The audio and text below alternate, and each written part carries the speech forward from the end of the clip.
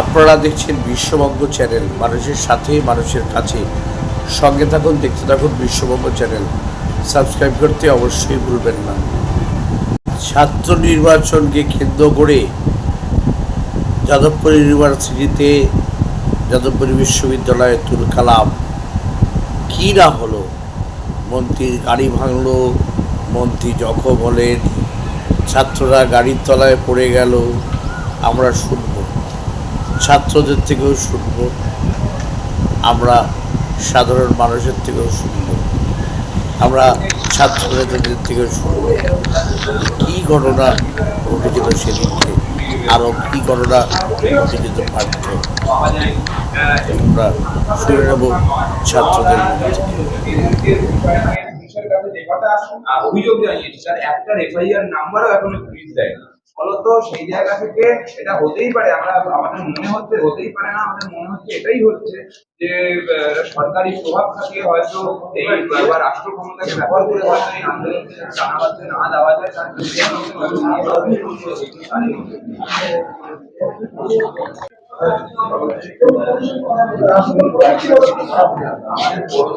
এইটা একটা মাস গ্যালারি আমরা একটা জিবি করবো, জিবি করে আমরা পরবর্তী পদক্ষেপ ঠিক করব। কিন্তু প্রাথমিকভাবে আমাদের যা গতকালের পরিকল্পনা ছিল সেটা হচ্ছে যে আমরা জিবিতে যেটা আলোচনা করেছিলাম যে উপাচার্য যদি ফাইনালি না আসেন এবং আমাদের বক্তব্য যদি না শোনেন এবং আমাদের দাবি দাবা যদি না মানেন, তাহলে আমরা অরবিন্দ ভবন বন্ধ করে সমস্ত অ্যাডমিনিস্ট্রেটিভ কাজ বন্ধ করে অরবিন্দ ভবনে অবস্থান করব। আমাদের বক্তব্য হচ্ছে এখানে আগে আমাদের দাবি দাবার কথা শোনা হবে, দাবি দাবা নিয়ে সদর্থক আলোচনা করা হবে, তারপরেই অরবিন্দ ভবনের বাকি কাজগুলো হবে। কিন্তু তিনি তো বলছেন তিনি অসুস্থ, তাহলে এসে তোমাদের সাথে কথা বলবে কি? অসুস্থ হলে উনি হচ্ছে বাকিদের সঙ্গে অনলাইনে মিটিং করতে পারছেন, আমাদের সঙ্গে অনলাইনে আলোচনা করুক। আমাদের সঙ্গে তো কোনো রকম আলোচনাতেই উনি আসছেন না, এটাই আমাদের বক্তব্য।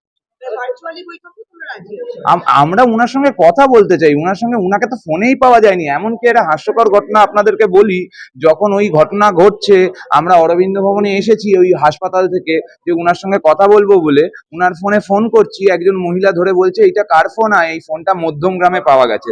তার ঠিক 10 মিনিট আগে উপাচার্য হচ্ছে কেপিসি হাসপাতালে ছিল। ফলত উনি যে কি করতে চাইছেন আমাদের ঠিক বোধগম্য হচ্ছে না।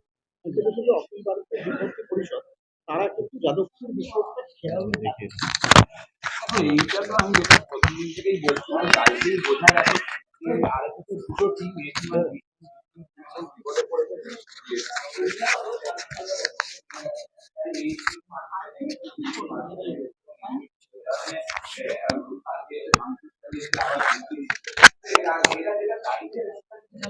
বিশ্ববিদ্যালয় তো কোনোকালেই তৃণমূল বা বিজেপি সেই ধরনের রাজনৈতিক ছিল না। সেই জায়গা থেকে যাদবপুর বিশ্ববিদ্যালয়ের যে স্বাভাবিক পরিবেশ, সেই পরিবেশ ধ্বংস করে একটা ভয়ের পরিবেশ তৈরি করে যাতে যাদবপুর বিশ্ববিদ্যালয়ের স্বাভাবিক সামনে না থাকতে পারে।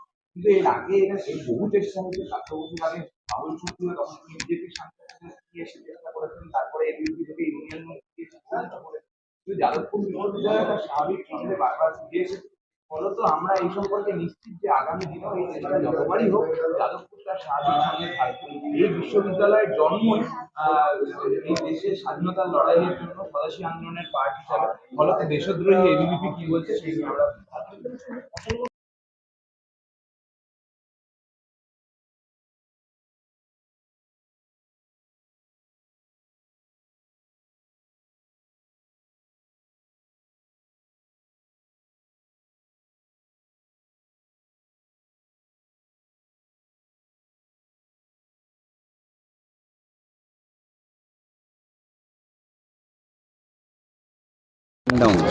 একটা থমথমে পরিস্থিতি। কি বলবো, যাদবপুর বিশ্ববিদ্যালয়ের একজন প্রথম বর্ষের ছাত্র আহত হয়েছে।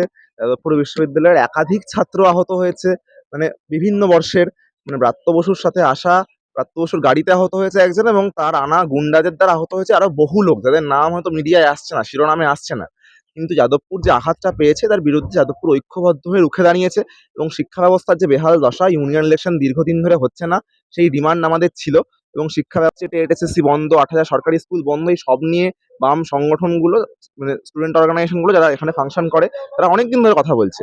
এবং সেই নিয়ে এই আঘাতের প্রতিবাদে যাদবপুরের স্টুডেন্টরা যে মানে পেন ডাউন করবে, বিভিন্নভাবে বিভিন্ন মাধ্যমে তাদের প্রতিবাদটা মানে জানাবে, সেইটাই খুব স্বাভাবিক। এটা তো অস্বাভাবিক কিছু দেখছি না।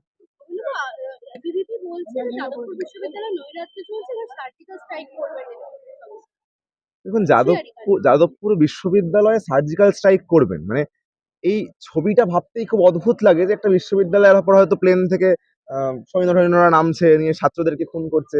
ঠিক আছে, এই সৈন্যরা ভাবলে খুব আতঙ্কিত হতে হয়, কিন্তু আসলে আবার খুব অবাক হতে হয় না, কারণ তৃণমূল বিজেপির বয়ান এক্ষেত্রে ভীষণভাবে মিলে যাচ্ছে।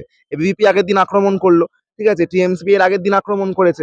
বারংবার করে দুটি শক্তি, যারা আসলে একই শক্তি বলে আমরা অনেক দিন ধরে মানে বলছি, মানুষজন অনেক সময় মানে মানতে অনিচ্ছুক হয়, কিন্তু এই ঘটনাগুলোর মাধ্যমে এটা আবারও প্রমাণিত হচ্ছে।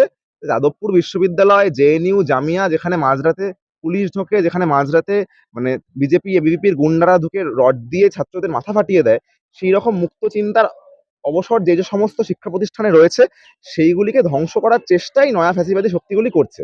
এবং এর বিরুদ্ধে মানে শক্তিরা এবং বাম শক্তি যারা আছে, স্টুডেন্ট অর্গানাইজেশনরা আছে, তারা ঐক্যবদ্ধভাবেই রুখে দাঁড়াবে, এই বিশ্বাস রাখি। ঘটনার পর থেকে সৌগত রায় লাগাতার আক্রমণ করছেন। উনি আবার বলেছেন যে টিএমসিপির 100 জন পড়ুয়া যদি ক্যাম্পাসে ঢুকে তাহলে এসএফআই সামলাতে পারবে তো? দেখুন, টিএমসিপির 100 জন পড়ুয়া যদি এন্ট্রান্স পরীক্ষা দিয়ে মানে ক্যাম্পাসে ঢোকে, ক্লাস করে, তাহলে তো কেন ঢুকবে না? নিশ্চিত ঢুকবে। যাদবপুর বিশ্ববিদ্যালয়ে ঢুকতে গেলে একটা এন্ট্রান্স পরীক্ষা হয়, আকালেও সেটার অবস্থা খানিক ভালোই। গেট ক্র্যাশ করে অনেকে ঢোকে, বিভিন্ন ইভেন্টে ঢোকে, থিয়েটার করতে ঢোকে, গান করতে ঢোকে। তৃণমূলের লোকজন ঢুকুক না, সমস্যা কি আছে তাতে?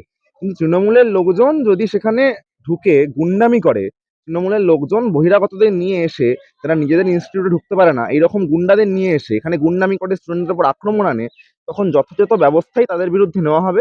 এবং যাদবপুর ঐক্যবদ্ধভাবে প্রতিবাদ করতে পারে, প্রতিহত করতে পারে। আগের দিন এবিপি এসেছিল, আমাদের ভাঙচুর করেছে বিশ্ববিদ্যালয়ে। ঐক্যবদ্ধভাবেই যাদবপুরের সাধারণ স্টুডেন্টরা, শিক্ষাকর্মীরা, শিক্ষা বন্ধুরা একসাথেই সেটার প্রতিবাদ করেছে, আগামী দিনেও করবে বলে আশা করছি।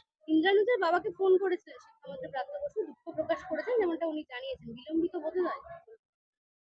দেখুন, ব্রাত্য বসুদের যে স্ক্রিপ্টটা, মানে ওরকম নাট্যকার হিসেবে খুব সম্মান করি, আমি বারংবার বলছি, কিন্তু একবার Debangshu Bhattacharya frame by frame মিলিয়ে দেখিয়ে দিচ্ছেন যে ইন্দ্রানুজ নাকি অ্যাক্সিডেন্টই হয়নি, পর মুহূর্তেই ব্রাত্য বসু দুঃখ প্রকাশ করছেন তার গাড়িতে অ্যাক্সিডেন্ট হওয়ার জন্য।